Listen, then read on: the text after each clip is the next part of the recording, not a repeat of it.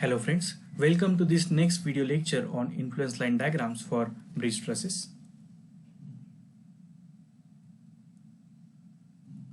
Now in last videos we have seen how to draw the influence line diagram for reactions for forces in top chord members and for forces in bottom chord members. Now in this video we will be discussing how to draw the influence line diagram for forces in vertical members. So again we are taking the same example of a Pratt truss which we had taken in last two videos. Now here if you observe this Pratt truss, here member U1 L1, member U2 L2, member U3 L3, member U4 L4, U5 L5, U6 L6 and U7 L7. These are the vertical members. Now we are interested to draw the influence line diagrams for these vertical members. When unit load moves from L1 to L7, how the forces in all these vertical members varies, and then we need to represent them like influence line diagram. So we are now focusing influence line diagram for forces in vertical members. Now if you observe this Pratt truss, now first vertical member is U1 L1. So we will be discussing now how to draw the influence line diagram for PU1 L1. Now for this first member U1 L1, to draw its influence line diagram, we need to take one section which cuts this member U1 L1. Simultaneously it cuts member L1 L2. Now we have to take unit load, and which moves from L1 to L7 we need to consider. As length of the one panel is L, so therefore as we have total 6 panels, so total length of this truss is 6L. Now first we'll consider when unit load moves from L1 to L2. Now when unit load moves from L1 to L2, initially when unit load is exactly at L1, in this case whatever is the unit load acting in vertically downward direction will be balanced by the reaction itself, means it will be carried by this reaction itself. So total unit load, that is 1, which is acting in downward direction, will be balanced by directly this support. So there will not be any force developed in member U1 L1. So we can say that PU1 L1 when unit load is exactly at L1 will be 0. Now let us see when unit load moves from L2 to L7. Now when unit load moves from L2 to L7, we can consider the lower side of this section. So if I take the lower side of this section, if I draw the free body diagram, when we are taking a section here, these two forces, that is PU1 L1 and PL1 L2, get exposed. Now initially we can assume that both these forces are tensile in nature. Now we can see here when unit load is moving from L2 to L7, as we are taking the left hand side of the section or lower side of this section, here in this free body diagram, if we take summation f of y is equal to 0, here we will be getting PU1 L1 plus R1 is equal to 0. So that is PU1 L1 is equal to minus R1. As initially we assume that this force is in tension, but here we are getting minus sign, means PU1 L1 must be in compression. Now if you observe here, PU1 L1 is equal to R1, and which is compressive in nature. So in general now we can say that when unit load moves from L1 to L7, initially when unit load is at L1, then force in member U1 L1 is 0, and when it moves from L2 to L7, when unit load moves from L2 to L7, force in member U1 L1 varies according to reaction at 1, that is R1, and which is in compression. Means we can say that in general force in member U1 L1 varies according to the reaction at 1 when it moves from L2 to L7.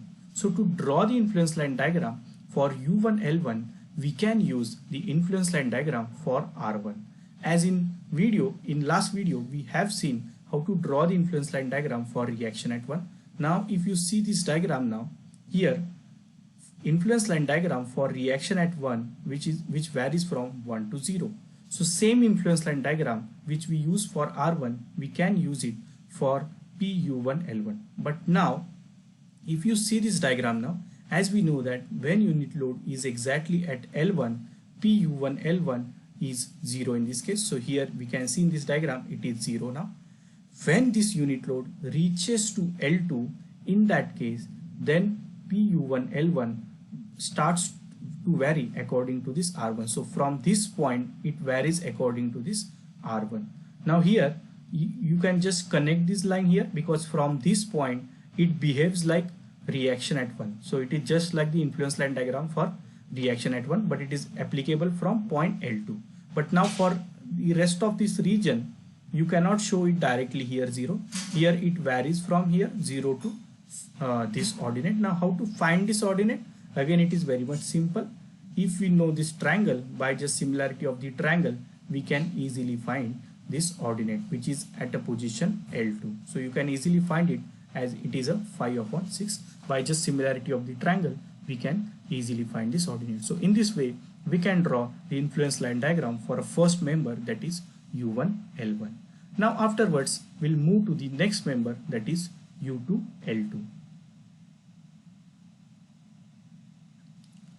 Now to draw the influence line diagram for U2 L2, we need to take a section which cuts this member U2 L2. So in this case now, we have taken a section like this which cuts member U1 U2, then U2 L2 and L2 L3. So when we are going to draw the free body diagram of either left side of the section or right hand side of the section, the force in member U2 L2 get exposed. Now again we'll take unit load which moves from L1 to L7 in this case. Now let us again divide the case like that, when unit load moves from L1 to L2, and then when unit load moves from L3 to L7. Now first of all, we will consider that when unit load moves from L1 to L2. Now when unit load is moving from L1 to L2, we can consider the right hand side of the section. So in this diagram, if we see now, this is the free body diagram of this truss by taking a section 2 to here. So now here it cuts these three members, so all the member forces here get exposed. Initially we can assume that all these forces are tensile in nature. So now when unit load moves from L1 to L2, in this particular free body diagram, you can take summation of f of y is equal to 0. So here we get minus PU2 L2, that is in downward direction, plus R2 is equal to 0. So here we get PU2 L2 which is equal to R2. Now here we are getting plus sign, means assumption for PU2L2 is correct for this particular case, hence it is tensile in nature. Now let us go to the next case, that when unit load moves from L3 to L7. Now when unit load is moving from L3 to L7, we need to consider the free body diagram of this truss, which is the left hand side of the section. So if we see now this free body diagram here, we have considered the left hand side of the section to avoid the calculation of unit load, which is on now right hand side of the section. Means unit load is now from L3 to L7. It is anywhere between L3 to L7. Hence we have taken here left hand side of the section for the calculation. Again, all these forces get exposed. Initially we are assuming all the forces are tensile in nature. Here we have reaction at this point, that is R1. Now we can go for this case when unit load is moving from L3 to L7. Again you can take f of y is equal to 0 in this particular free body diagram. Here you will be getting PU2L2 plus R1 is equal to 0. So therefore PU2L2 we are getting it as a minus R1, means that our assumption for PU2L2 is wrong. Hence here PU2L2 is R1 and it is compressive in nature. So we can say that when unit load moves from L3 to L7, force in member U2L2 varies according to R1 and it remains compressive when unit load moves from L3 to L7. Now in general, we will summarize this case. When unit load is moving from L1 to L2, force in member U2L2 varies according to reaction at 2. It varies according to reaction at 2 and it remains tensile. Afterwards, when unit load moves from L3 to L7, in this case, force in member U2L2 becomes R1, means force in member U2L2 varies according to R1 and it remains compressive in nature. So to draw the influence line diagram for this member U2L2, we can see here force in member U2L2 first varies according to R2 when it moves from L1 to L2, and here force in member U2L2 varies according to R1. So here we can use influence line diagram for R2, also influence line diagram for R1 for these particular regions, that is L1 to L2 we can use influence line diagram for R2, and for L3 to L7 we can use influence line diagram for R1. Now let us see how we can draw this diagram now. Now first one, when unit load is moving from L1 to L2, when unit load is moving from L1 to L2, it varies or it behaves like R2. Means what? This is now the influence line diagram for R2 which varies from 0 to 1. Now here we have shown it on downward side, only the reason is that it is tensile in nature. So here we have drawn this is the influence line diagram for R2. Now here, as we know that, but this is applicable from L1 to L2 only. So here it varies from 0 to up to this point. When unit load is moving from L1 to L2, PU to L2 varies according to R2. So here we have restricted this diagram up to this point only. Afterwards, if you see now, PU to L2 varies according to R1. So here first of all we need to draw the influence line diagram for R1. As we know that influence line diagram for R1 varies from 1 to 0, but now this influence line diagram will be applicable from L3 to L7. So here we have taken this point L3 and L7. So this upper diagram is applicable from L3 to L7, and this lower diagram of reaction, that is R2, it is applicable from this L1 to L2 in this case. Now the remaining 2 points, just we need to join them. It means that when unit load starts to move from L1 to L2, initially force in member PU to L2 is initially tensile in nature. Afterwards, after some time, when unit load shifts from L2 to L3, again force in member U to L2 varies and it becomes now compressive in nature, and afterwards it remains in compression till the last point L7. Means when unit load reaches to L7, it remains compressive and it becomes 0 in that case. So the rest of these 2 points just we have to join here. And how to find this ordinate? Again we can use the similarity of the triangle, and here we can find the ordinate, that is 4 by 6 and 1 by 6. Just by similarity of these 2 triangles we can easily find. Okay, so in this way we can draw the influence line diagram for PU to L2. Now apart from this calculation, just to remember or just to know the logic behind this, or to just remember how to draw the influence line diagram for vertical member, the logic is that now if we see here this member U to L2, this member we have, that is U to L2, sits right hand side and sits immediately inclined member, that is U to L3.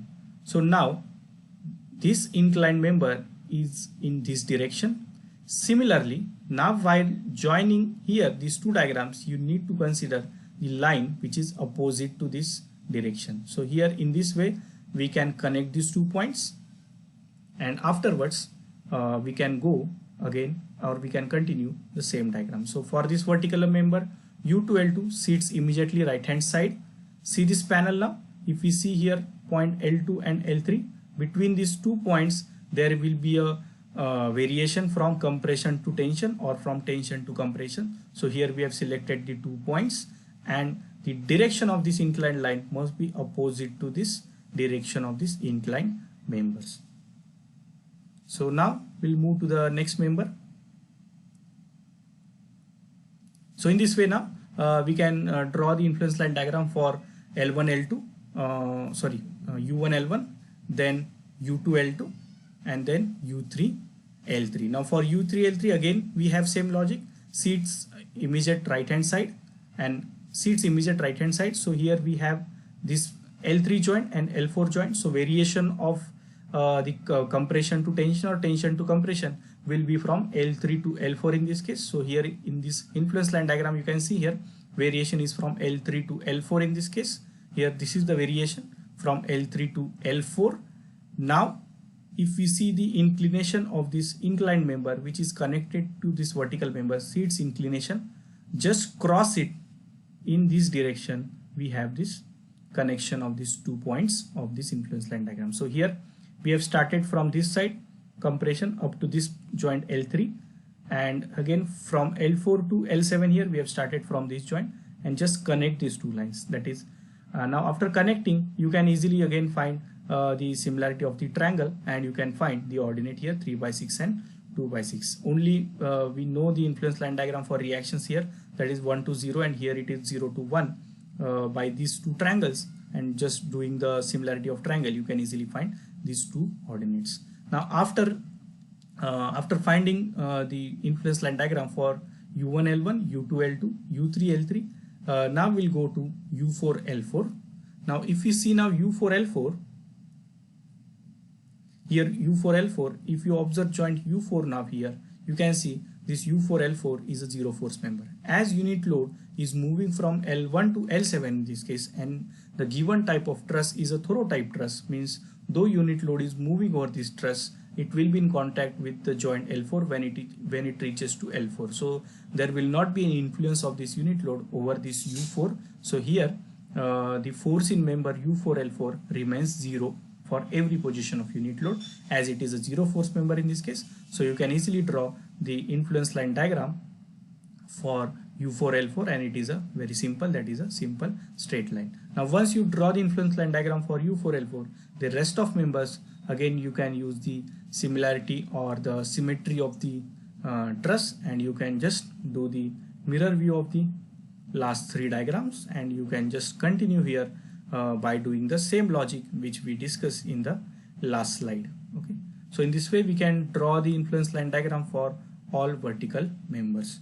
Now influence line diagram for inclined members we'll see in the next video. Thank you.